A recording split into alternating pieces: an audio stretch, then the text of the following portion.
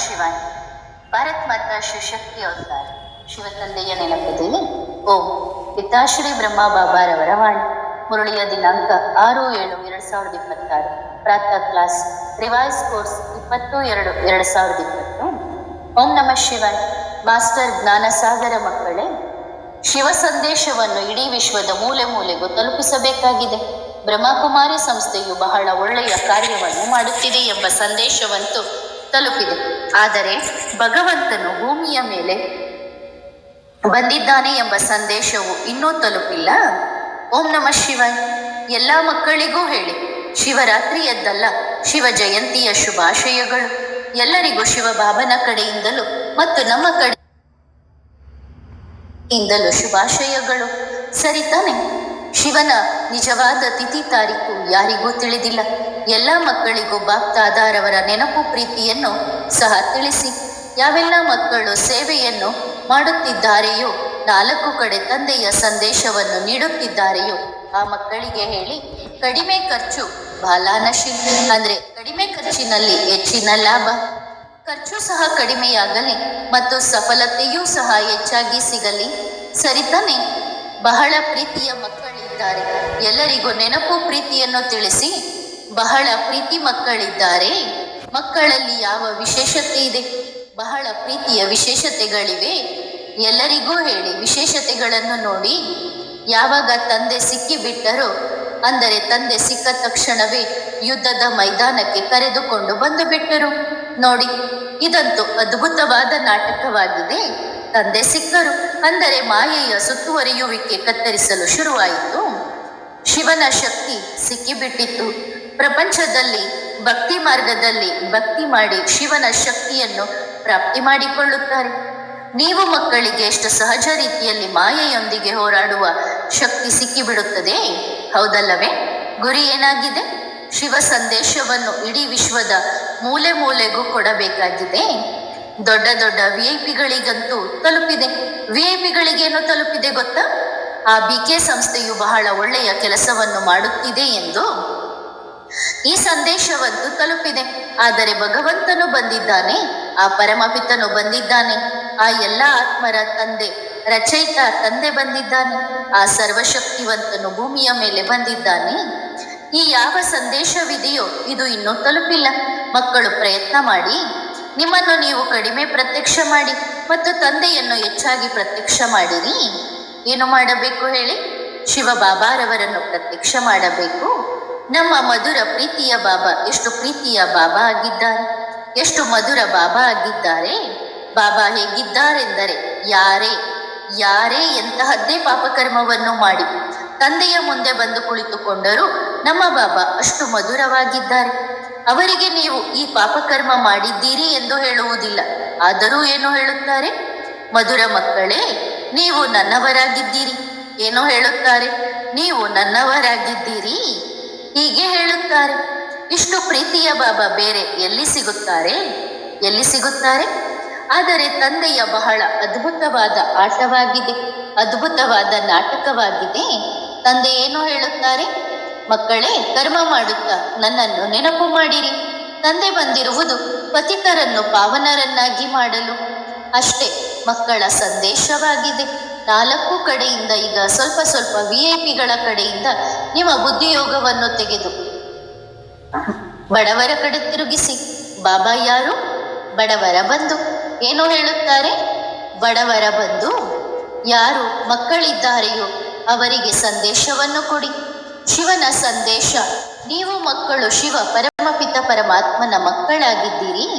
ನಿಮ್ಮ ದೃಷ್ಟಿ ಪ್ರತಿಯೊಂದು ಆತ್ಮಗಳ ಕಡೆಯೂ ಸಮಾನವಾಗಿರಲಿ. ಈಗ ಅವರು VIP ಆಗಿರಲಿ ಅಥವಾ ಬೀದಿಯಲ್ಲಿ ಕಸಗೂಡಿಸುವವರೇ ಆಗಿರಲಿ, ಇರುತ್ತದೆಯೇ ಇಂತಹ ಸಮಾನ ದೃಷ್ಟಿ? ನೋಡಿ, ನಮ್ಮ ಬಾಬಾ ಏನು ಮಾಡುತ್ತಿದ್ದರು ನೋಡಿದಿರಾ? ಬಾಬಾ ಎಲ್ಲರ ತಲೆಯ ಮೇಲೆ ಕೈ ಇಟ್ಟರು. ಎಲ್ಲ ರೀತಿಯ ಜನರು ಬಂದಿದ್ದರು.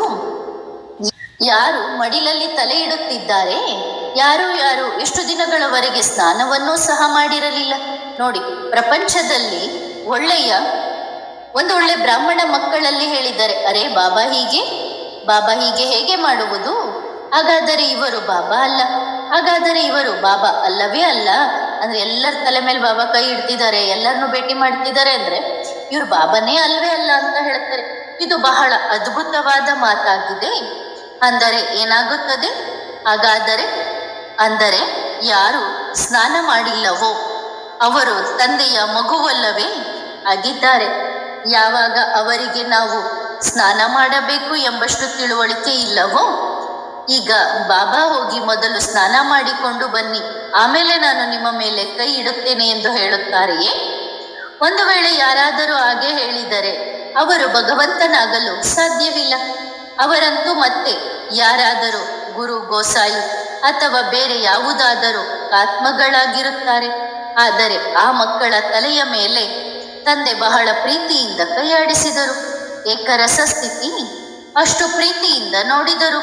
ಇವರೇ ಭಗವಂತ, ಇವರೇ ಶಿವ ಪರಮಪಿತ ಪರಮಾತ್ಮ. ಯಾರು ಎಲ್ಲರನ್ನೂ ಒಂದೇ ದೃಷ್ಟಿಯಿಂದ ನೋಡುತ್ತಾರೆಯೋ, ಎಲ್ಲರನ್ನೂ ಏನೋ ಮಾಡುತ್ತಾರೆ ಒಂದೇ ದೃಷ್ಟಿಯಿಂದ.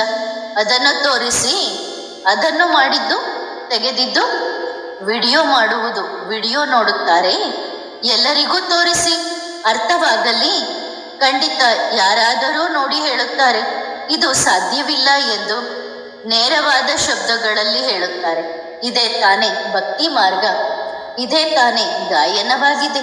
ಸಾಧಾರಣ ವೇಷದಲ್ಲಿ ಭಗವಂತ ಬಂದರು ಮತ್ತು ಕೆಲವರು ಗುರುತಿಸಿದರು, ಕೆಲವರು ಗುರುತಿಸಲಿಲ್ಲ. ಇದು ಆ ಸಮಯವಾಗಿದೆ. ತಂದೆ ಬೋಲಾ ಮಕ್ಕಳನ್ನು ನೋಡುತ್ತಿದ್ದಾರೆ. ಮತ್ತು ಯಾರು ಯಾರು ಬೋಲಾನಾಥ ಆದರೂ ಸಹ ಅರ್ಥ ಮಾಡಿಕೊಳ್ಳುವುದಿಲ್ಲ. ಯಾರು ಪ್ರಪಂಚದ ದೃಷ್ಟಿಯಲ್ಲಿ ಇಲ್ಲವೋ ಅವರು ಬೋಲಾನಾಥನ ದೃಷ್ಟಿಯಲ್ಲಿದ್ದಾರೆ. ಮತ್ತು ಮುಗ್ಧ ಮಕ್ಕಳಿದ್ದಾರೆ ಹೇಳಿ. ಮತ್ತು ಯಾರು ಹೀಗೆ ಹೇಳುತ್ತಾರೆಯೋ ಭಗವಂತ ಹೀಗೆ ಬರಲು ಸಾಧ್ಯವಿಲ್ಲ, ಅಂದರೆ ಹೀಗೆ ಹೇಳುತ್ತಾರೆ, ಅಂದರೆ ನೀವು ಭಗವಂತನನ್ನು ಭಗವಂತನಿಗಿಂತ ಹೆಚ್ಚಾಗಿ ತಿಳಿದಿದ್ದೀರಿ, ಹೀಗೆ ಹೇಳುತ್ತಾರೆ. ಅವರಿಗಾಗಿ ಒಂದು ವೇಳೆ ಯಾರಾದರೂ ದೊಡ್ಡ ದೊಡ್ಡ ಮಹಾಜ್ಞಾನಿಗಳು ಭಗವಂತ ಹೀಗೆ ಬರಲು ಸಾಧ್ಯವಿಲ್ಲ ಎಂದು ಹೇಳಿದರೆ, ಅಂದರೆ ನೀವು ಭಗವಂತನನ್ನು ಭಗವಂತನಿಗಿಂತ ಹೆಚ್ಚಾಗಿ ತಿಳಿದಿದ್ದೀರಿ ಎಂದಾದರೆ ನೀವು ಭಗವಂತನ ತಂದೆಯಾಗಿದ್ದೀರಿ. ಅವರಿಗಾಗಿ ಈ ಶಬ್ದವಿರುತ್ತದೆ. ಹಾಗಾದರೆ ನೀವು ಭಗವಂತನ ತಂದೆಯಾಗಿದ್ದೀರಿ ಏನು? ನೀವು ಅವರನ್ನು ಒಂದು ರಥದಲ್ಲಿ ಕಟ್ಟುತ್ತೀರಾ, ಒಂದು ಶರೀರದಲ್ಲಿ ಕಟ್ಟಿ ಹಾಕುತ್ತೀರಾ, ಒಂದು ಸ್ಥಾನದಲ್ಲಿ ಕಟ್ಟಿ ಹಾಕುತ್ತೀರಾ, ಒಂದು ಸಿಂಹಾಸನದ ಮೇಲೆ ಕಟ್ಟುತ್ತೀರಾ ಹೇಳಿ? ನನ್ನ ಪ್ರೀತಿಯ ಬಾಬಾರವರ ಅತಿ ದೊಡ್ಡ ಪಕ್ಕ ಸಿಂಹಾಸನವಾಗಿದೆ ಪರಮಧಾಮ. ಯಾವಾಗ ತನ್ನ ಮಕ್ಕಳಿಗಾಗಿ ಅವರು ಪರಮಧಾಮವನ್ನು ಬಿಡಬಲ್ಲರೋ ಮತ್ತು ಪರಮಧಾಮವನ್ನು ಬಿಟ್ಟು ವಿಶ್ವದಲ್ಲಿ ಬರಬಲ್ಲರೋ, ಯಾವ ಸ್ಥಾನದಲ್ಲಿ ಅವರು ಕುಳಿತುಕೊಳ್ಳುತ್ತಾರೆಯೋ ಅದು ಮಂದಿರವಾಗುತ್ತದೆ. ಅದನ್ನೇ ಮಧುಬನ ಎಂದು ಕರೆಯುತ್ತಾರೆ. ಆದರೆ ಯಾವ ಮಕ್ಕಳು ಅಲ್ಲಿ ಸಿಗಲು ಸಾಧ್ಯವಾಗುವುದಿಲ್ಲವೋ ಹಾಗಾದರೆ ಅವರು ಪರಮಧಾಮವನ್ನು ಬಿಡಬಲ್ಲರು ಎಂದಾದರೆ ಮಧುಬನವನ್ನು ಬಿಡಲು ಸಾಧ್ಯವಿಲ್ಲವೇ? ಅಷ್ಟು ಪಕ್ಕಾ ಸಿಂಹಾಸನವನ್ನು ಬಿಡಬಲ್ಲರು ಎಂದಾದರೆ ಅವರಿಗಾಗಿ ಮಧುಬನ ಬಿಡುವುದು ಯಾವುದೇ ದೊಡ್ಡ ಮಾತಾಗಿದೆಯೇ ಹೇಳಿ? ದೊಡ್ಡ ದೊಡ್ಡ ಜ್ಞಾನಿಗಳು ಫೇಲ್ ಆಗುತ್ತಿದ್ದಾರೆ, ದೊಡ್ಡ ದೊಡ್ಡ ಜ್ಞಾನಿಗಳು ಫೇಲ್ ಆಗುತ್ತಿದ್ದಾರೆ.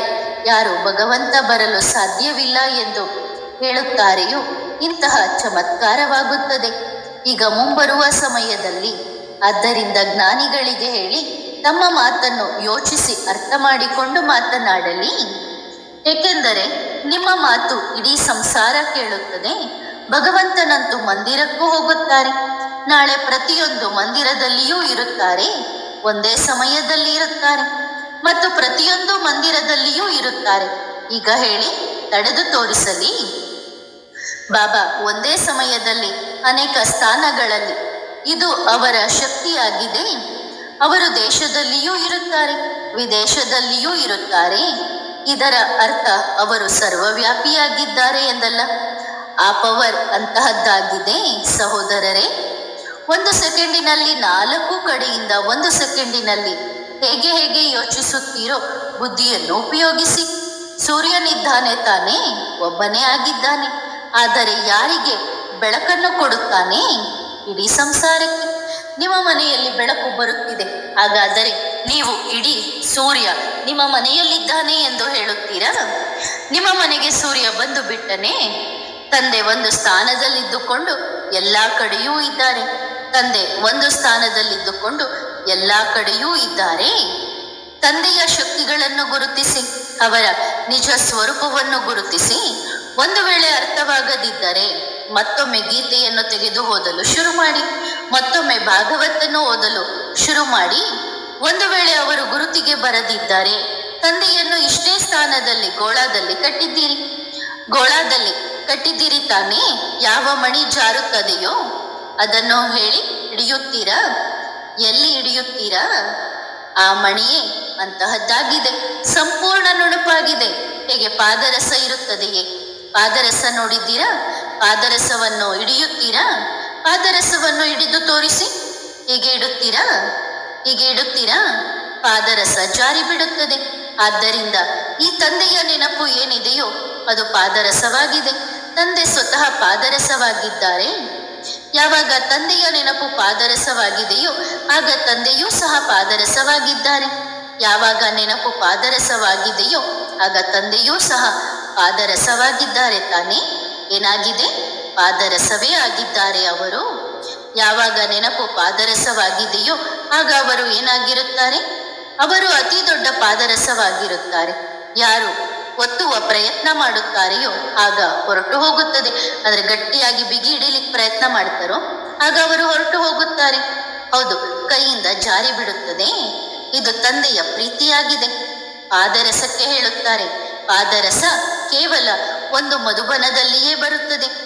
ಈಗ ನಮ್ಮನ್ನು ನೋಡಿ, ನಮ್ಮಲ್ಲಿ ಯಾವಾಗ ಸಾಕಾರದಲ್ಲಿ ಬಂದಿದ್ದಾರೋ ಆಗ ನಾವು ಯೋಚಿಸಿರಲಿಲ್ಲ, ಇದು ಎಂದಿಗೂ ಇರಲಿಲ್ಲ. ಇದನ್ನಂತೂ ಬಾಬಾ ನಮ್ಮ ಬುದ್ಧಿಯಿಂದ ತೆಗೆದು ಬಿಟ್ಟಿದ್ದರು. ನಮ್ಮಲ್ಲಿಯೇ ಬರುತ್ತಾರೆ ಎಂದು ಇದನ್ನಂತೂ ತೆಗೆದು ಬಿಟ್ಟಿದ್ದರು. ಹೌದು, ತಂದೆಯ ರಥ ನಿಶ್ಚಿತವಾಗಿದೆ. ಯಾವಾಗ ಪರಮಧಾಮದಿಂದ ನೇರವಾಗಿ ಸೃಷ್ಟಿಯ ಮೇಲೆ ಬರುತ್ತಾರೆಯೋ ಆಗ ತಂದೆಯ ರಥ ನಿಗದಿಯಾಗಿದೆ. ಬಾಬಾ ಬ್ರಹ್ಮನ ರಥವನ್ನು ತಮ್ಮ ರಥವನ್ನಾಗಿ ಮಾಡಿದರು, ಹೌದಲ್ಲವೇ? ಅದರ ನಂತರ ಯಾವಾಗ ತೋರಿಸಿದರೋ ಅವರು ನಿಜವಾಗಿಯೂ ಪಾದರಸವಾಗಿದ್ದಾರೆ. ನಮ್ಮನ್ನು ಬಿಟ್ಟು ಬೇರೆ ಮಗುವಿನಲ್ಲಿ ಬಂದು ನಮಗೆ ಜ್ಞಾನವನ್ನು ಹೇಳುತ್ತಿದ್ದಾರೆ. ಶಿವಬಾಬಾ ಪುಷ್ಪಮಣಿ ಸಹೋದರಿಯಲ್ಲಿ ಬಂದು ಕೆಲವು ಸಮಯಗಳವರೆಗೆ ವಾಣಿಯನ್ನು ನುಡಿಸಿದ್ದರು. ಅದನ್ನು ಪಿಯುವಾಣಿ ಎಂದು ಹೇಳುತ್ತಾರೆ. ನೋಡಿ, ಇದು ಸಹ ಅದ್ಭುತವಾದ ಕಥೆಯಾಗಿದೆ. ನಮ್ಮನ್ನು ಬಿಟ್ಟು ಹೀಗೆ ಕೂರಿಸಿಕೊಂಡು, ಹೀಗೆ ಮಗುವನ್ನು ಕೂರಿಸಿಕೊಂಡು ಜ್ಞಾನವನ್ನು ಹೇಳುತ್ತಿದ್ದಾರೆ. ನೀವು ನನ್ನ ಮಕ್ಕಳಾಗಿದ್ದೀರಿ, ಯಜ್ಞದ ಸ್ಥಾಪನೆ ಮಾಡಬೇಕಾಗಿದೆ. ಬಹಳ ಅದ್ಭುತವಾಗಿ ಬಿಟ್ಟಿತು. ಆಮೇಲೆ ಎಂದಿಗೂ ಅಹಂಕಾರ ಬರಲಿಲ್ಲ, ನಮ್ಮಲ್ಲಿಯೇ ಬರುತ್ತಾರೆ ಎಂದು. ಆಮೇಲೆ ಇದು ಅರ್ಥವಾಗಿ ಬಿಟ್ಟಿತು. ನಾವಿಲ್ಲದಿದ್ದರೆ ಆ ಪಾದರಸ ಬೇರೆ ಯಾವುದಾದರೂ ಫರಿಸ್ತಾ ತೆಗೆದುಕೊಳ್ಳುತ್ತಾರೆ ಎನ್ನುವುದು ಬುದ್ಧಿಯಲ್ಲಿ ಬಂತು. ಅಂದ್ರೆ ಬ್ರಹ್ಮ ಬಾಬಾ ನಾನಿಲ್ಲ ಅಂದ್ರೂ ಬಾಬಾ ಮತ್ತೊಂದು ದೇಹವನ್ನ ತಗೊಳ್ತಾರೆ ಅನ್ನೋದು ಬುದ್ಧಿಯಲ್ಲಿ ಬಂತು. ಫರಿಸ್ತಾವನ್ನು ಹಿಡಿಯುವುದಿಲ್ಲ, ಆದರೆ ಪರಿಯನ್ನು ಹಿಡಿಯುತ್ತಾರೆ. ಇದು ಅರ್ಥವಾಗಿತ್ತು. ಅಂದ್ರೆ ಬೇರೆ ಯಾರನ್ನೂ ಹಿಡಿಯೋದಿಲ್ಲ, ಬಾಬಾ ಒಳ್ಳೆ ಪರಿಯನ್ನೇ ತೆಗೆದುಕೊಳ್ತಾರೆ. ಪರನಂತೂ ಒಬ್ಬನೇ ಆಗಿದ್ದಾನೆ ಮತ್ತು ಎಷ್ಟೇ ಹಿಡಿದರೂ ಪರಿಯನ್ನೇ ಹಿಡಿಯುತ್ತಾರೆ. ಪರಿಯನ್ನು ಏಕೆಂದರೆ ಪರಿಯ ಮೂಲಕವೇ ಶ್ರೀಕೃಷ್ಣ ಬರಬೇಕಾಗಿದೆ. ಪರಿಯ ಮೂಲಕವೇ ಇದೆಲ್ಲವೂ ನಡೆಯಬೇಕಿದೆ. ಪರಿ ಅಂದರೆ ಹೆಣ್ಣು ಮಕ್ಕಳು. ಪರ ಒಬ್ಬರೇ ಆಗಿದ್ದರು. ಪರ ಒಬ್ಬನೇ ಆಗಿದ್ದನು ಅಂದ್ರೆ ಪುರುಷ. ನೀವು ಸಹ ಯಾರಾಗಿದ್ದೀರಿ? ಪರಿ. ಇವರೂ ಸಹ ಪರಿಯಾಗಿದ್ದಾರೆ. ಆ ಗುಲ್ಜಾರ್ ದಾದಿ ಮಗು ಸಹ, ಅವರೂ ಸಹ ಪರಿಯೇ ಆಗಿದ್ದಾರೆ, ಹೌದಲ್ಲವೇ? ಬಹಳ ಅದ್ಭುತವಾದ ನಾಟಕವಾಗಿದೆ. ಬಹಳ ಖುಷಿಯಾಗುತ್ತಿದೆ. ಬೇರೆಯವರಿಗಂತೂ ಬಹಳ ಟೆನ್ಷನ್ ಆಗುತ್ತಿದೆ. ಎಲ್ಲರ ಟೆನ್ಷನ್ ನೋಡಿಕೊಂಡು ಬರುತ್ತೇವೆ ನಾವು, ತಿರುಗಿಕೊಂಡು ಬರುತ್ತೇವೆ. ದೊಡ್ಡ ದೊಡ್ಡ ಮಕ್ಕಳು ಟೆನ್ಷನ್ಗೆ ಬಂದಿದ್ದಾರೆ. ಅವರು ಎಷ್ಟು ನಿಮ್ಮನ್ನು ಮಕ್ಕಳನ್ನು ಮೇಲೆ ಎತ್ತುತ್ತಾರೆಯೋ ಅಷ್ಟು ನೀವು ಮಕ್ಕಳು ಮೇಲೆ ನಕ್ಷತ್ರದಂತೆ ಹೊಳೆಯುತ್ತಾ ಹೋಗುತ್ತೀರಿ. ಟೆನ್ಷನ್ ತೆಗೆದುಕೊಳ್ಳಬೇಡಿ. ಯಾರು ಏನು ಹೇಳುತ್ತಾರೆ? ಮಧುಬನದ ಸಿಸ್ಟಮ್ ಯಾರು ಮಾಡಿದರು? ಒಳ್ಳೆಯದು. ಎಲ್ಲ ಮಕ್ಕಳು ನಿಮ್ಮ ಜೀವನವನ್ನು ಯಾರಿಗೆ ಕೊಟ್ಟಿದ್ದೀರಿ? ಮಧುಬನದವರಿಗೆ ತಾನೆ. ಯಾರಿಗೆ ಕೊಟ್ಟಿದ್ದೀರಿ? ಮಧುಬನದವರಿಗೆ. ಮಧುಬನದ ಬಾಬಾ ಒಬ್ಬ ತಂದೆಗೆ ಕೊಟ್ಟಿದ್ದೀರಿ, ಮಧುಬನದ ಬಾಬಾ ಅಂದರೆ ಬಾಬನಿಗೆ ಕೊಟ್ಟಿದ್ದೇವೆ. ಅನೇಕರು ಬಹಳಷ್ಟಿದ್ದಾರೆ, ಕೆಲವರಂತೂ ಅನೇಕ ಜನರಿಗೆ ತಮ್ಮ ಜೀವನವನ್ನು ಕೊಟ್ಟಿದ್ದಾರೆ. ಆದರೆ ಮಧುಬನ್ ವಾಲೆ ಬಾಬಾ ಅಂದ್ರೆ ಮಧುಬನದಲ್ಲಿ ಇರುವಂತಹ ತಂದೆಗೆ ಕೊಟ್ಟಿದ್ದೇವೆ. ಮಧುಬನದವರಿಗೆ ನೀಡಿದರು, ಕೆಲವರು ಬಾಬಾರಿಗೆ ಕೊಟ್ಟರು. ಹಾಗಾದರೆ ಯಾರು ಮಧುಬನದವನಿಗೆ ಕೊಟ್ಟಿದ್ದಾರೋ ಅವರು ತಂದೆಯ ಹೃದಯದ ಮೇಲೆ ಇರುತ್ತಾರೆ. ಮತ್ತು ಯಾರು ಮಧುಬನದಲ್ಲಿರುವವರಿಗೆ ಜೀವನ ಕೊಟ್ಟಿದ್ದಾರೋ, ಆ ಮಧುಬನದಲ್ಲಿರುವವರಿಗೆ ಸಮರ್ಪಣೆ ಮಾಡಿದ್ದಾರೋ ಅವರು ಅಲ್ಲಿರುವವರ ಹೃದಯದ ಮೇಲೆ ಇರುತ್ತಾರೆ. ಈಗ ಮಕ್ಕಳು ಸಹ ಚೆಕ್ ಮಾಡಿಕೊಳ್ಳಿ, ಮಧುಬನಕ್ಕೆ ಜೀವನ ಕೊಟ್ಟಿದ್ದೀರಾ ಅಥವಾ ಮಧುಬನವನ್ನು ಮಾಡಿದವನಿಗೆ ಜೀವನ ಕೊಟ್ಟಿದ್ದೀರಾ ಅಥವಾ ಮಧುಬನದವನಿಗೆ ಜೀವನ ಕೊಟ್ಟಿದ್ದೀರಾ? ಮಧುಬನದವರಿಗೆ ಜೀವನ ಕೊಟ್ಟಿದ್ದೀರಾ? ಮಧುಬನದವನಿಗೆ ಅಂದರೆ ಶಿವಬನಿಗೆ, ಮಧುಬನದಲ್ಲಿರುವವರಿಗೆ, ವ್ಯಕ್ತಿಗಳಿಗೆ. ಯಾರು ಮಧುಬನದವನಿಗೆ ಜೀವನ ಕೊಟ್ಟಿದ್ದೀರೋ ಅವರ ಜೀವನದಲ್ಲಿ ಭಯ ಎಂಬ ವಸ್ತು ಇರುವುದಿಲ್ಲ. ಈಗ ಅನಿಸುತ್ತದೆಯೇ? ಈಗ ಯಾವ ಭಯ ಅನಿಸುತ್ತದೆ? ಯಾವ ಭಯ ಅನಿಸುತ್ತದೆ ಹೇಳಿ? ಈಗ ಭಯ ಯಾರಿಗಿದೆ? ನಿಮಗಿದೆಯೇ? ಇಲ್ಲ ಬಾಬಾ, ಏನಾಗುತ್ತದೆಯೋ ನೋಡೋಣ. ತಂದೆ ಜೊತೆಯಲ್ಲಿದ್ದಾರೆ, ತಂದೆಯ ಜೊತೆಯಲ್ಲಿದ್ದೇವೆ. ಇಲ್ಲಿ ಬದುಕುವುದು ಸಾಯುವುದು ನಿಮ್ಮ ಜೊತೆ. ಈಗ ಹೇಳಿ, ಭಯವಾಗುತ್ತದೆಯೇ? ಹೆದರುವುದು ಯಾವುದಕ್ಕೆ ಹೇಳುತ್ತಾರೆ? ಅತಿ ದೊಡ್ಡ ಭಯ ಯಾರಿಗೆ? ಯಾವುದೇ ಮಗು ಒಳಗಿನಿಂದ ಹೆದರಬಾರದು. ಆದರೆ ಹೋಗಿ ನಮ್ಮ ಬಾಬಾ ಅಲ್ಲಿ ಬಂದಿದ್ದಾರೆ ಎಂದು ದಾಳಿ ಮಾಡುವಂತೆಯೂ ಮಾಡಬಾರದು. ನಾವು ಅಲ್ಲಿಗೆ ಹೋಗುತ್ತೇವೆ. ಯಾವ ಹೆಣ್ಣು ಮಕ್ಕಳು ಕೇಳುತ್ತಿದ್ದಾರೆಯೋ ಹೀಗಲ್ಲ, ಯುಕ್ತಿಯಿಂದ ನಡೆಯಿರಿ. ಭಯ ಅಂದರೆ ಹೀಗೆ ಹೋಗಿ ಬಹಿರಂಗವಾಗಿ ಘೋಷಣೆ ಮಾಡುವುದಲ್ಲ. ಅಂದರೆ ಆಮೇಲೆ ನೀವು ಪ್ಲಾನಿಂಗ್ ಫೇಲ್ ಮಾಡಿಬಿಡುತ್ತೀರಿ. ಹಾಗಲ್ಲ, ಯುಕ್ತಿಯಿಂದ ನಡೆಯಿರಿ. ಯುಕ್ತಿಯಿಂದ ಒಳ್ಳೆಯದು ಮಕ್ಕಳೇ. ಈಗ ನಾವು ಹೋಗುತ್ತೇವೆ ಹೇಳಿ. ತಂದೆಯ ನೆನಪು ಪ್ರೀತಿಯನ್ನು ನೀಡಿದ್ದಾರೆ ಎಂದು ಅವರಿಗೆ ಹೇಳಿ. ಮತ್ತು ನಿಮ್ಮ ಮನಸ್ಸಿನಲ್ಲೇನಿದೆಯೋ ಅದನ್ನು ಪತ್ರದಲ್ಲಿ ಬರೆದು ಕೊಡಿ. ಸರಿ ತಾನೆ? ನಿಮ್ಮ ಮನಸ್ಸಿನಲ್ಲೇನಿದೆಯೋ ಅದನ್ನು ಏನು ಮಾಡಬೇಕು? ಒಂದು ಪತ್ರದಲ್ಲಿ ಬರೆದು ಕೊಡಬೇಕು. ನೋಡಿ, ಬಹಳ ಅದ್ಭುತವಾದ ಪಾತ್ರವಾಗಿದೆ. ಯಾರು ಹೇಳುತ್ತಾರೆ ಇವರು ಬಾಬಾ ಆಗಿರಲು ಸಾಧ್ಯವಿಲ್ಲ? ಯಾರು ಹೀಗೆ ತಲೆಯ ಮೇಲೆ ಕೈ ಇಡುತ್ತಾರೆಯೋ, ಹೌದಲ್ಲವೇ? ಹೇಳುತ್ತಾರೆ ನಾವಾಗಿರಲು ಸಾಧ್ಯವಿಲ್ಲ. ಹೀಗೆ ತಲೆಯ ಮೇಲೆ ಕೈ ಇಡುತ್ತಾರೆ, ಅವರಿಗಾಗಿ ಅಲ್ಲ. ಏಕೆ? ಆ ಮಕ್ಕಳಿಗಂತೂ ಅಷ್ಟು ಪಾಲನೆ ಸಿಗಲಿಲ್ಲವಲ್ಲ. ಒಂದು ತಲೆಯ ಮೇಲೆ ಕೈ ಇಡುವುದರಿಂದ ಅವರಿಗೆ ಕನಿಷ್ಠ ಇಷ್ಟಾದರೂ ಸಿಗಲಿ. ಮಕ್ಕಳಿಗಂತೂ ಇಷ್ಟು ಸಿಕ್ಕಿತ್ತು ಮತ್ತು ಅವರಿಗೆ ಇಷ್ಟು ಸಿಕ್ಕರೆ ಹೇಳುತ್ತಾರೆ ಇದು ಸಾಧ್ಯವಿಲ್ಲ ಎಂದು. ಅವರಿಗೆ ಅನಿಸುತ್ತದೆ ಜ್ಞಾನ ಮುಗಿದು ಹೋಯಿತು ಎಂದು. ಆದರೆ ಅವರಿಗೆ ಇದು ತಿಳಿದಿಲ್ಲ. ತಂದೆಯ ಬಳಿ 2ನೇ ಗಂಟು ಸಹ ಇದೆ ಮತ್ತು 2ನೇ ಗಂಟನ್ನು ಬಚ್ಚಿಟ್ಟುಕೊಂಡಿದ್ದಾರೆ. ಬಡವರ ಬಂದು ಮಕ್ಕಳಿಗಾಗಿ ಗಂಟಿದೆ, ಹೌದಲ್ಲವೇ? ಯೋಚಿಸುತ್ತಾರೆ ನಾವು ತಂದೆಯನ್ನು ದೋಚಿಬಿಟ್ಟೆವು ಎಂದು. ಅವರಿಗಿದು ಗೊತ್ತಿಲ್ಲ, ಅವರು ದೋಚಿಸಿಕೊಳ್ಳುವವರಲ್ಲ. ಅವರ ಬಳಿ ಗಂಟುಗಳನ್ನು ಇಡಲಾಗಿದೆ. ಸಹೋದರರೇ, ನಿಮ್ಮ ಪಾಲಿನ ಗಂಟನ್ನು ನಿಮಗೆ ನೀಡಿದರು, ಹೌದಲ್ಲವೇ? ಸಹೋದರರೇ, ನಿಮ್ಮ ಪಾಲಿನ ಗಂಟನ್ನು ನಿಮಗೆ ನೀಡಿದರು. ಬೇರೆಯವರ ಪಾಲಿನ ಗಂಟನ್ನು ನೀವು ತಿನ್ನುತ್ತೀರಾ? ತಿನ್ನುವುದಿಲ್ಲ, ತಿನ್ನಲೂ ಬಿಡುವುದಿಲ್ಲ. ಬೇರೆಯವರ ಪಾಲಿನ ಗಂಟನ್ನು ಈಗ ಅವರಿಗೆ ಕೊಡುತ್ತಾರೆ. ಈಗ ಏನು? ಬಾಬಾ ಏನು ಧರಿಸಿದ್ದಾರೆಯೋ ಅದರಲ್ಲಿ ಬಹಳ ಜಾಗವಿದೆ. ಬಚ್ಚಿಟ್ಟುಕೊಂಡು ಪ್ರಪಂಚದಲ್ಲಿ ಏನು ಧರಿಸುತ್ತಾರೆಯೋ ಅದು ಒಂದೊಂದು ಜಾಕೆಟ್ನಂತಿರುತ್ತದೆ. ಅದರಲ್ಲಿ ಅನೇಕ ಜೇಬುಗಳಿರುತ್ತವೆ, ಹೌದಲ್ಲವೇ? ಯಾವುದೋ ಮಗು ಓಡಿ ಬಂತು, ಪಾಕೆಟ್ನಲ್ಲಿ ಕೈ ಹಾಕಿತ್ತು. ಮೊದಲನೇ ಪಾಕೆಟ್ನಿಂದ ತೆಗೆದುಕೊಂಡು ಹೋಯಿತು. ಎಷ್ಟಿತ್ತು ಅದೆಲ್ಲವನ್ನೂ ತೆಗೆದುಕೊಂಡು ಹೋಯಿತು. ಯಾರಿಗಾದರೂ ಒಳಗೂ ಸಹ ಪಾಕೆಟ್ ಇಟ್ಟಿದ್ದಾರೆ ಎಂದು ತಿಳಿದಿದೆಯೇ? ಅವರಿಗೆ ಇದು ತಿಳಿದಿದೆಯೇ? ನೀವು ಮುಂದಿನ ಪಾಕೆಟ್ ಖಾಲಿ ಮಾಡಿದಿರಿ. ಒಳಗಿನ ಪಾಕೆಟ್ ಅನ್ನು ಹೇಗೆ ಖಾಲಿ ಮಾಡುತ್ತೀರಿ? ಒಳಗಿನ ಪಾಕೆಟ್ ಈಗ ಆ ಮಕ್ಕಳಿಗಾಗಿದೆ. ಒಳಗಿನ ಯಾವ ಗಂಟಿದೆಯೋ ಈಗ ಅವರಿಗಾಗಿದೆ. ತಂದೆಯನ್ನು ಯಾರು ಬೇಗನೆ ಅರ್ಥ ಮಾಡಿಕೊಳ್ಳಲು ಸಾಧ್ಯವಿಲ್ಲ. ಆದ್ದರಿಂದ ಹೇಳುತ್ತಾರೆ ಅವರು ಪಾದರಸವಾಗಿದ್ದಾರೆ. ಪಾದರಸದಲ್ಲಿ ಎಷ್ಟು ಗಂಟಿದೆ ಅದು ಅವರಿಗೆ ಗೊತ್ತಿಲ್ಲ.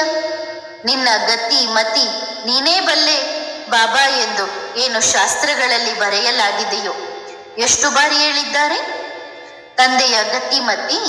ಆದರೆ ಈಗ ನಾವು ತಿಳಿದಿದ್ದೇವೆ, ಏಕೆಂದರೆ ಈಗ ನಮ್ಮ ಶರೀರವಿಲ್ಲ. ನೀವಂತೂ ಇಬ್ಬರು ಒಂದಾಗಿ ಬಿಟ್ಟಿರಿ. ಇಲ್ಲ, ಒಂದಾಗಲಿಲ್ಲ ಮಕ್ಕಳೇ, ಹಾಗೆ ಹೇಳಬೇಡಿ. ಒಂದೇ ತರಹ ಆಗಿ ಬಿಟ್ಟಿರಿ. ಹೌದು, ಹೀಗೆ ಹೇಳಬಹುದು. ಸಮಾನರಾಗಿ ಬಿಟ್ಟಿರಿ. ಸ್ವಲ್ಪ ಹೀಗೆ ಹೇಳಬಹುದು. ಒಂದು ಅಂದರೆ ಆತ್ಮ ಪರಮಾತ್ಮ ಒಂದು. ಅದಂತೂ ತಪ್ಪಾಗಿ ಬಿಟ್ಟಿತು. ಎಷ್ಟು ವರ್ಷಗಳಿಂದ ಜ್ಞಾನವನ್ನು ಓದಿಸುತ್ತಿದ್ದಾರೆ, ಎಷ್ಟು ಸಮಯದಿಂದ ಓದಿಸುತ್ತಿದ್ದಾರೆ. ಆಮೇಲೆ ಹೇಳುತ್ತಾರೆ ಒಂದಾಗಿ ಬಿಟ್ಟರು. ಈಗ ಆತ್ಮ ಪರಮಾತ್ಮ ಒಂದು ಹೇಗೆ ಆಗುತ್ತದೆ? ಆತ್ಮ ಪರಮಾತ್ಮ ಹೀಗೆ ಒಂದಾಗುತ್ತದೆಯೇ? ಸಮಾನವಾಗಬಹುದು. ಆತ್ಮ ಪರಮಾತ್ಮ ಸಮಾನವಾಗಬಹುದು. ಆದರೆ ನೀವು ಒಂದರೊಳಗೆ ಹಾಕುತ್ತಿದ್ದೀರಿ. ಒಳ್ಳೆಯದು, ಟೋಲಿಯನ್ನು ತೆಗೆದುಕೊಂಡು ಬನ್ನಿರಿ. ಆಮೇಲೆ ಈಗ ಏನಾದರೂ ಮನಸ್ಸಿನಲ್ಲಿದೆಯೇ? ಖಾಲಿ ಇದೆಯೇ? ಎಲ್ಲರಿಗಾಗಿ ಮಕ್ಕಳಿಗೆ ಹೇಳಿ. ಮಧುರ ಪ್ರೀತಿಯ ಬಾಬಾ ಬಹಳ ಮಧುರ ನೆನಪು ಪ್ರೀತಿಯನ್ನು ನೀಡಿದ್ದಾರೆ. ಹೇಳುತ್ತಾರೆ, ನನ್ನ ಮಕ್ಕಳು ಮಧುರ ಮಕ್ಕಳು. ಎಲ್ಲರಿಗೂ ನೆನಪು ಪ್ರೀತಿ. ಎಲ್ಲಿಯೇ ಕುಳಿತಿರಲಿ, ಯಾವುದೇ ಮೂಲೆಯಲ್ಲಿ ಕುಳಿತಿರಲಿ, ನೆನಪು ಪ್ರೀತಿಯನ್ನು ಕೇಳಿ ಖಂಡಿತ ಸ್ವಲ್ಪ ನಕ್ಕು ಬಿಡಿ. ಆಗ ಅರ್ಥ ಮಾಡಿಕೊಳ್ಳುತ್ತಾರೆ. ಮಕ್ಕಳು ಕೇಳಿಸಿಕೊಂಡಿದ್ದಾರೆ. ಈಗ ಯಾರಾದರೂ ಇಂದು ಕೇಳುತ್ತಾರೆ, ಯಾರಾದರೂ ಆಮೇಲೆ ಕೇಳುತ್ತಾರೆ. ಯಾವಾಗ ಕೇಳಿದರೂ ಹೇಳಿ, ಎಲ್ಲರಿಗೂ ಹೇಳಿ. ವತನದಲ್ಲಿ ಬಂದರೆ ಎಲ್ಲರ ಜೊತೆ ನಮ್ಮ ಪ್ರೀತಿಯ ಬಾಬಾ ಶಿವ ಜಯಂತಿಯನ್ನು ಆಚರಿಸುತ್ತಾರೆ. ತಂದೆ ಮಕ್ಕಳದ್ದು ಒಟ್ಟಿಗೆ ಆಚರಿಸುತ್ತಾರೆ. ಸರಿ ತಾನೆ ಮಕ್ಕಳೇ? ಮಧುರ ಮಕ್ಕಳೇ, ಪ್ರೀತಿಯ ಮಕ್ಕಳೇ, ಸಿಕ್ಕಿಲ್ಲದೆ ಮಕ್ಕಳೇ, ನೆನಪು ಪ್ರೀತಿ, ಮುದ್ದು ಪ್ರೀತಿ, ಮಧುರಾತಿ ಮಧುರ ಎಲ್ಲರಿಗೂ. ಹೌದಲ್ವಾ? ಕೇಳಿ ಬಹಳ ಖುಷಿಯಾಗುತ್ತಾರೆ. ತಂದೆಯ ಸಂದೇಶ ಬಂತು. ಯಾರಾದರೂ ಹೇಳುತ್ತಾರೆ, ನಾವು ಸ್ವಲ್ಪ ಕುಣಿದು ಬಿಡೋಣ, ಖುಷಿ ಸಿಕ್ಕಿತು. ಒಳ್ಳೆಯದು. ಎಲ್ಲರಿಗೂ ನೆನಪು ಪ್ರೀತಿಯನ್ನು ತಿಳಿಸಿ. ಎಲ್ಲರಿಗೂ ಹೇಳಿ, ಎಲ್ಲರ ಬಾಯಲ್ಲಿ ಲಡ್ಡು ತಿನ್ನಿ. ಲಡ್ಡು ತಿಂದು ಲಡ್ಡುವಾಗಿ ಬಿಡಿ. ಲಡ್ಡು ಅಂದರೆ ಉಂಡೆ ದುಂಡವಾಗಿರುತ್ತದೆ, ಆತ್ಮ ದುಂಡಾಗಿರುತ್ತದೆ. ಲಡ್ಡು ತಿನ್ನಿ, ಲಡ್ಡುವಿನಂತೆ ಆಗಿಬಿಡಿ. ಹೌದಲ್ಲವೇ? ನೋಡಿ, ಲಡ್ಡುವಿಗೆ ಎಲ್ಲಿ ಕಿವಿ ಮೂಗು ಇರುತ್ತದೆಯೇ? ಬಾಯಿ ಇರುತ್ತದೆಯೇ? ಹೌದಲ್ಲವೇ? ಉಂಡೆಗೆ ಕಿವಿ ಮೂಗು ಬಾಯಿ ಇರುವುದಿಲ್ಲ, ದುಂಡಾಗಿ ಉಂಡೆ ಇರುತ್ತದೆ. ಹೀಗೆ ಆತ್ಮಕ್ಕೆ ಕಣ್ಣು ಕಿವಿ ಬಾಯಿ ಇರುತ್ತದೆಯೇ? ಶರೀರಕ್ಕಿದೆ. ಹೌದಲ್ಲವೇ ಮಕ್ಕಳೇ? ಒಳ್ಳೆಯದು ಮಕ್ಕಳೇ. ಈಗ ನಾನು ಹೊರಡುತ್ತೇನೆ. ತಂದೆ ನೆನಪು ಪ್ರೀತಿಗಳನ್ನು ಕೊಟ್ಟಿದ್ದಾರೆ ಎಂದು ಹೇಳಿರಿ. ಮತ್ತು ಯಾರ ಮನಸ್ಸಿನಲ್ಲಿ ಏನು ವಿಚಾರ ಇದೆ ಅದನ್ನು ಪತ್ರ ಬರೆಯಲು ತಿಳಿಸಿರಿ. ಸರಿ ತಾನೆ? ಓಂ ನಮಃ ಶಿವಾಯ. ಆತ್ಮಿಕ ಮಕ್ಕಳು ಆತ್ಮಿಕ ತಂದೆಗೆ ಮಾಡುವ ನೆನಪು ಪ್ರೀತಿ ಮತ್ತು ನಮಸ್ತೆ. ಧನ್ಯವಾದ ಬಾಬಾ, ಶುಕ್ರಿಯಾ. ವರದಾನ: ವಿಶ್ವ ಪರಿವರ್ತಕರಾಗಿರಿ. ಬ್ರಹ್ಮನು ಬ್ರಾಹ್ಮಣರ ಜೊತೆಗೂಡಿ ಏನು ಮಾಡಿದರು? ಸ್ಥಾಪನೆಗಾಗಿ ಯಜ್ಞವನ್ನು ರಚಿಸಿದರು. ಮತ್ತು ಸಮಾಪ್ತಿಯಲ್ಲಿಯೂ ಸಹ ಯಜ್ಞದಲ್ಲಿ ಸರ್ವ ಬ್ರಾಹ್ಮಣರ ಸಂಘಟಿತ ರೂಪದಲ್ಲಿ ಸ್ವಾಹಾದ ದೃಢ ಸಂಕಲ್ಪದ ಆಹುತಿ ಬಿದ್ದಾಗ ಯಜ್ಞವು ಸಮಾಪ್ತಿಯಾಗುವುದು. ಅಂದರೆ ವಿಶ್ವ ಪರಿವರ್ತನೆಯ ಕಾರ್ಯವು ಸಮಾಪ್ತಿಯಾಗುವುದು. ಈಗ ಸಂಘಟಿತ ರೂಪದಲ್ಲಿ ಹಳೆಯ ಸ್ವಭಾವ, ಸಂಸ್ಕಾರ ಮತ್ತು ಹಳೆಯ ನಡವಳಿಕೆಯ ಎಳ್ಳು ಮತ್ತು ಗೋಧಿಯನ್ನು ಸ್ವಾಹ ಮಾಡಿದಾಗ ಯಜ್ಞ ಸಮಾಪ್ತಿಯಾಗುವುದು. ಒಳ್ಳೆಯದು. ಓಂ ನಮಃ ಶಿವಾಯ.